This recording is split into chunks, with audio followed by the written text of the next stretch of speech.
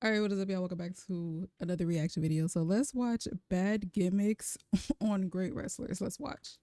It goes without saying there have been many great wrestlers over the years. Yeah. After all, everyone has their favorites, but sometimes those favorites have a mountain to climb when it comes to getting over with even the most ardent fans. And that can be because they've been given a terrible gimmick to work with. Oh my goodness. Yes, even the best of them sometimes must make the best out of what they're handed from time to time. But what are the best examples of great wrestlers given bad gimmicks in wrestling history? Well, that's exactly what we're going to be looking at we finna right start now, here? starting with the man of the hour, Cody Rhodes, and the period he played the character of Stardust. Now, we all know and love Cody Rhodes, as he's now one of the biggest stars in all of wrestling. But things weren't always so bright for the American Nightmare. No, back in the mid-2010s, his career was on a much worse trajectory, and that was largely because of the bad gimmick he'd been saddled with. What was this gimmick? Well, as we mentioned a moment ago, it was Stardust, a bizarre and flamboyant cartoon character who served as the sidekick to his older brother's Goldust. Understandably then, this mid-card comedy gimmick did Cody little favors, as even if he threw himself into it feet first, it was impossible for anyone to get too invested in something so goofy. No, even many fans of the I think they thought because Goldust was so good and it stuck so good and people liked him so much that they thought they could just pull this off and people were just gonna eat it up. But no, this was bad. New generation era took one look at Stardust and thought it was a bit much, and that was why, come 2016, after having played the character for a full 2 years and got nowhere in the process, Cody would decide to leave WWE altogether and bet on himself out on the indie circuit. Of course, we all know how well that went for him now, but back at the time, it was a major risk to leave such a comfortable job behind in WWE. That said, when he was being asked to play something as bad as Stardust, we can understand why it would be creatively frustrating. And we can also understand why, since returning to WWE in 2022, the youngest Rhodes' son has seemingly had little to no interest in ever bringing the gimmick back up again on TV. But Cody isn't the only member of the illustrious Rhodes family who had to put up with a terrible gimmick during his first run in WWE. No, back during the late 80s and early 90s at the tail end of the golden era, his father Dusty would have to do the same thing when he memorably donned the polka dots. Many remember this one, we're sure, as it was so ludicrous it can't help but become ingrained in your mind once you see it for the first time. Take Dusty Rhodes, one of the biggest superstars of the territory era. Hell, one of the biggest superstars in wrestling history, and bring him into WWF with such a wacky gimmick. The polka dots. Sure, the idea of Dusty being the common man was nothing new, as for years prior to that, he'd prided himself on being the living embodiment of the American dream. The son of a plumber who'd pulled himself up out of the dirt to become an NWA World's Champion, but never before had that American dream required him to wear the polka dots and act like a much more cartoonish version of himself. So what was the reason for Dusty being given the polka dot gear when he joined WWF in 1989? Well, Dusty had for a long time been the top face of Jim Crockett Promotions, one of the top competitors to the WWF. So when he finally made his debut in Vince McMahon's company, he was booked as more of a mid-card act, making it clear he was going to be booked as secondary on the pecking order to top stars like Hulk Hogan. But even if it wasn't ideal for Dusty, what the boss never fully counted on was the fact that Dusty was so good, so filled with charisma, he'd actually be able to get the polka dot clad dancing gimmick over with fans in feuds against the likes of Macho Man Randy Savage and the $1 Million Man Ted DiBiase. That's right, some people are so great, even a questionable gimmick can't keep them down for long. And of course, it also helped that Dusty had that amazing WWF theme song. Who couldn't help but dance along to that whenever it started playing? But not every former star of the Southern Territories got the luxury of having a great theme song to help them offset their gimmick when they joined WWE. No, when it comes to our next subject, Barry Windham, his time in the WWF would only be remembered for the awful character of the Stalker, failing to get over it all. To be fair to Barry, though, it would have been nigh on impossible for anyone to get the Stalker over. Even Ric Flair would have struggled with this. And the Sweetwater native should have never been put in this spot in the first place, as back during the 80s, he was one of the top stars of the North American wrestling scene, with his run in Jim Crockett Promotions during the latter half of the decade going so well that he'd actually become both a member of the Four Horsemen and a former NWA World's Champion. Hell, even during the mid-80s, he'd been able to have a brief run in the WWF as one half of the US Express alongside Mike Rotunda, so it wasn't like Vince McMahon didn't know he was good. That said, when he returned to WWF in 1996, anything he'd done well in the past would be thrown out the window, as this was the point he was tasked with playing the Stalker.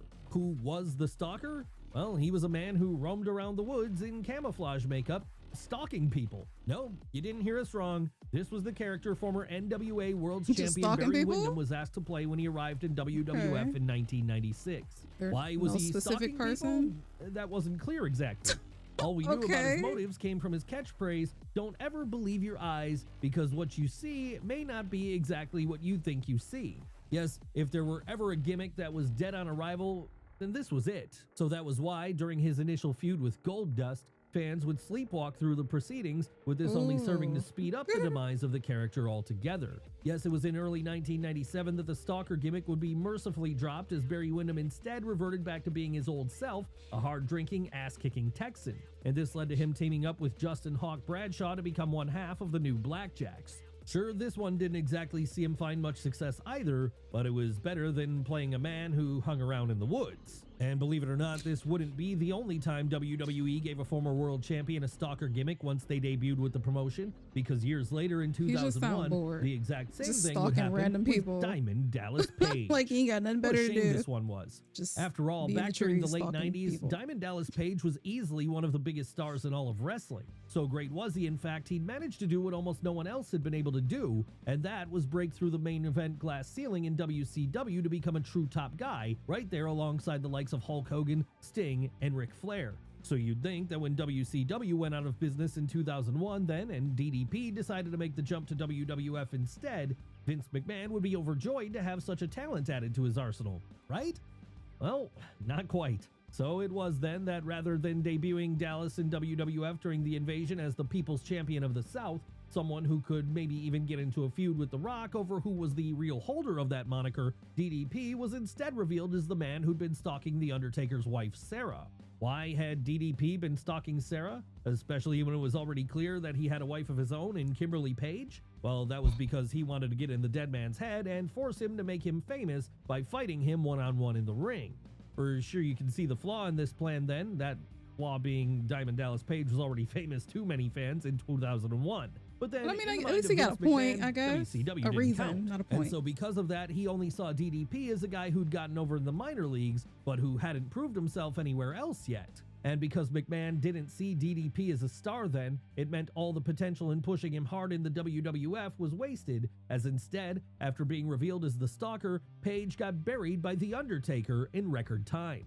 But what of one of the other guys who managed to break through that glass ceiling in WCW? The one not named Bill Goldberg. Did he ever have a terrible gimmick of his own to work with? Why, yes he did. And that gimmick is our next entry, in fact. Yes, it's time to talk about the sad case of Booker T and his run as G.I. Bro. Now, we all know how great Booker T is. It doesn't matter if it's his run as tag team partner to Goldust, his run as King Booker, or his time spent in TNA as a member of the Main Event Mafia, who occasionally moonlighted as Black Snow. Hell, it doesn't even matter if we're talking about his early run in WCW as one half of Harlem Heat. How many gimmicks did he have? Alongside his brother Stevie Ray, that or his later period spent in the main event becoming the 5-time WCW champion, Booker T was always awesome. Except there was one period where he wasn't so awesome. Not that this was any fault of his, though. No, it was more the gimmick he'd been given to work with that was to blame. What was that gimmick? Well, it was G.I. Bro. Yes, back during WCW 2000, there was a period where, after splitting with Stevie Ray, Booker decided to join another stable, that of the Misfits in Action, a group who were all brought together by their shared military theme. And this group were given names that were bad puns, with these names including Private Stash, Major Guns, and General Hugh G. Rection. And then, of course, there was Booker's gimmick, G.I. Bro. Of course, years prior to this, Booker had already played this gimmick for a brief period on the independent circuit too, with it never getting him over to anywhere near the level as he later would as Booker T. So it was then that by the time the summer of 2000 came around, he'd have dropped the whole G.I. Bro act for the second time and would have instead reverted back to being just plain old Booker T, with it being at this point he finally reached the top of the mountain and became WCW World Champion for the first of 5 times. But not everyone was lucky enough to overcome a bad gimmick and go on to win multiple world titles after the fact. No, some never managed to win a world title at all. And that was the case with our next subject, William Regal, after he became the real man. I am so blessed to experience King Booker. That is like my favorite gimmick of all time. But I didn't know he had so many different gimmicks. When I do these reactions, he be looking different and like so many like videos, and I'm like, oh my god, I've never heard of GI, bro. Man, yes, we all know that William Yeah, Regal get rid is of that in the class forever. with the likes of Owen Hart, Roddy Piper, and Jake Roberts, all great wrestlers who never won a world title, but he's also in that unfortunate class of wrestlers who once had to deal with a bad gimmick. And for him, that gimmick came in 1998. This was when, after joining WWF during the heights of the Attitude Era, he'd find himself being given a whole new character. So what idea would WWF's booking team have in mind for Regal then? A man who grew up in the north of England working that old world of sports style and who had a reputation for being one of the best technical wrestlers on the planet? Well, that would be the real man's man, of course. A character who liked nothing more than to do manly things like chop wood, shave, and drink orange juice. Yeah, there may have been a charm to this gimmick. It's certainly funny in that so bad it's good kind of way. But this was certainly not the ideal character for William Regal to get over in a major way in 1998. No, what he needed was a shooter-style character like what Dan the Beast Severn or Ken Shamrock had, as this would have allowed him to shine by using the things he was best at. In the end, though, things didn't work out that way for the Englishman, and so instead he got given something more comedic in its nature. Still, at least William Regal isn't the only person who was having to deal with a bad repackaging during that first half of the Attitude Era. No, elsewhere on the show, a certain former Earthquake, a man who went by the government name of John Tenta, was having to do something similar with the character of Golga. Of course, you wouldn't have known it was John Tenta playing this character unless someone told you, though, because he was hidden so well behind a mask, there was no way of knowing the identity of the mysterious oddity at first glance. But then maybe that's for the best, as we imagine many people don't want to associate Golga with Earthquake. After all, Earthquake was a top guy. And this was true from the point he debuted with the WWF in 1989 and throughout the Golden Era. Hell, here was a character that could be equally as great at being the big monster heel going up against Hulk Hogan as he was at being the lovable babyface who could serve as one half of a super heavyweight tag team alongside Typhoon. So it's easy to see why the gimmick is remembered so fondly today. Unfortunately, though, the same love would not be given to Golga when he debuted in 1998. Why was that? Well, Golga didn't really do much of anything outside of dance and show a fanboy-like love for Eric Cartman from South Park. But then none of the oddities really did much during their WWF runs, and that's true no matter which member of the stable we're talking about, be that Giant Silva, Kurrgan, or even the Insane Clown Posse. Of course, them doing so little was probably the point though, as they were always meant to be treated like a circus sideshow rather than a powerhouse wrestling act. And no one was more of a sideshow within this group than Golga, because rather than being the mega overstar he had been in WWF before, all John Tenta got to do with this character was portray a man who hid behind a mask. Really, the question should have been, why not just have Earthquake return at this point and get some value out of the Canadian instead of having him locked away in this comedy undercard role? Well, the reasons for that, if you believe the rumor and innuendo, are twofold. For one, Tenta had apparently lost a lot of weight since the early 90s, and so it was felt he could no longer convincingly play the super heavyweight Earthquake. And on top of that, there was a belief by Vince McMahon that there simply wasn't enough nostalgia associated with the Earthquake character to merit bringing it back in 1998. So because of this, what we instead got was one of the strangest gimmicks of the era, and one of the few that couldn't get over during a time when everyone was getting over. But it could be worse. It could be the gimmick our next big man was saddled with when he returned from an absence from the WWE in 2012. Who are we talking about this time? Who else but Prince Albert, and the time he became Lord Tensai. Yes, let's flash back to the Attitude Era again for a moment, as that was where Prince Albert first rose to prominence as a dependable mid-card act, whose most notable feature was that he had the hairiest back the wrestling world had seen since the days of George the Animal Steele. It didn't matter if we were talking about his original incarnation as a tag team partner to Draws, his later stable with Test and Trish Stratus, or his eventual transformation into A-Train, a member of X Factor.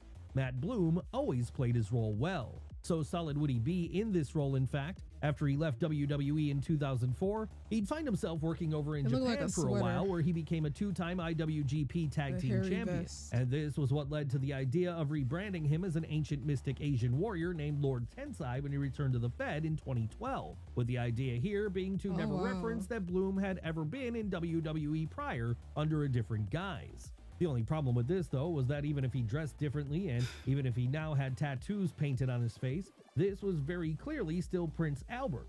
There was simply no mistaking it. And so almost immediately then, fans started chanting for Albert during Tensai matches, with this forcing WWE to acknowledge the fact that yes, they were one and the same person. Needless to say then, from that point on, any menace which was supposed to be present in the character was gone, and it was difficult to take him seriously, even if he did get pinfall wins over both John Cena and CM Punk. No, the problem here was there was just no way of believing that an excursion over to Japan had suddenly turned A-Train into a master of the martial arts. Perhaps unsurprisingly, the gimmick of Lord Tensai would not be long for the world, despite WWE's initial plans for it. And so it was that by the time 2013 came around, the big man would be partnering up with Brodus Clay, where he took on the dreaded dancing gimmick, a gimmick which has meant the end for pretty much every performer who's ever been saddled with it throughout history. Still, at least Matt Bloom ended up having things work out for him in the long run, as after retiring from in-ring action in 2014, he'd find himself getting a nice job as head trainer with the WWE Performance Center, with this being a spot he continues to fill to this day. It's just a shame the same cushy behind-the-scenes job wouldn't be waiting for our next subject, Shane Douglas, after he played Dean Douglas in mid-90s WWF. Yes, we're going back to the era of wrestlers with jobs, that special time which gave us the likes of Duke the Dumpster Droese, The Goon, Dr. Isaac Yankem DDS, and of course, Dean Douglas, a villainous high school teacher. Why was Douglas a high school teacher? Well, because prior to finding fame as the franchise of Extreme Championship Wrestling, Shane Douglas had actually been a teacher himself for a while. So when he eventually decided to leave the Revolution back in Philly behind and take the big money deal from Vince McMahon, this was what awaited him once his new boss learned about his prior life. Now you could argue it should have been nigh on impossible to take someone with the charisma of 1995 Shane Douglas and not have him succeed. After all, this was the man who had literally started what was going on over in Paul Heyman's company with one of the most incendiary promos ever cut. Unfortunately though, instead of him being a version of his ECW character, he was given a totally different gimmick to try and get over instead. Would he be successful in this? No. Because even if Dean Douglas had gotten over with some of the audience at the time, he still would have fallen victim to the backstage politicking of the clique. That's right, if we know one thing about mid-90s WWF, it's that if you weren't on the good side of the group made up of Shawn Michaels, Kevin Nash, Scott Hall, Triple H, and Sean Waltman, then you weren't going to get very far. And Dean Douglas found this out quickly enough himself. Hell, this was why his run with the Intercontinental title lasted all of a few minutes, and it was also why, come 1996, he'd have left WWF and returned to his old stomping grounds of Philadelphia once more. Could Dean Douglas have been something more? Sure, there was something there, we suppose. At the very least, it was Shane Douglas, so if he'd been given more time and space, we imagine he could have at least made some part of the gimmick work for him. But circumstances would sadly never allow that, and so his time in WWF would instead be all too brief and remembered only for the fact that he had to work with that gimmick of a villainous school teacher, a true cartoon idea of a heel if we ever saw one. But then this was far from the most cartoonish gimmick Vince McMahon ever gave one of his performers. No, years later, during the early 2010s, he'd create an even wilder one when he introduced us all to farting Natalya.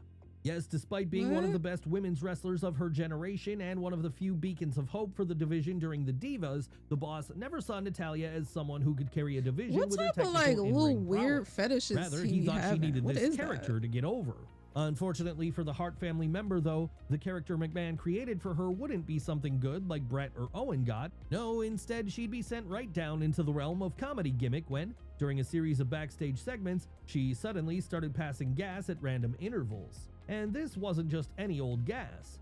No, clearly Natalya had some intestinal issues going on at the time, as these farts were so bad they could pretty much knock out anyone who just so happened to be walking past at the time. Yes, seemingly only one man thought this was entertaining, and that was Vince McMahon, and sadly he was also the man in charge at that time.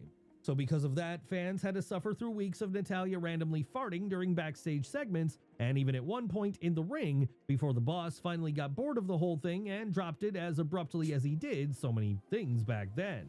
What would Natalya do after that? Well, she's gone back to being a great in-ring wrestler who helped to keep the division afloat during the down times, as well as the good times. Yes, thankfully this gimmick didn't have too much of a negative effect on her in the long term, as fans understood who was behind it and they loved her anyway. It's just a shame the same couldn't be said about everyone we've looked at today then, because while some were able to overcome their bad characters like Natalya did, others ended up falling into irrelevance because of it, with this showing just how damaging one bad gimmick can be for a performer. All right, you guys, that's gonna do it for this reaction. Make sure to leave some likes and comments down below. Let me know what you guys think, and I will see you in the next one.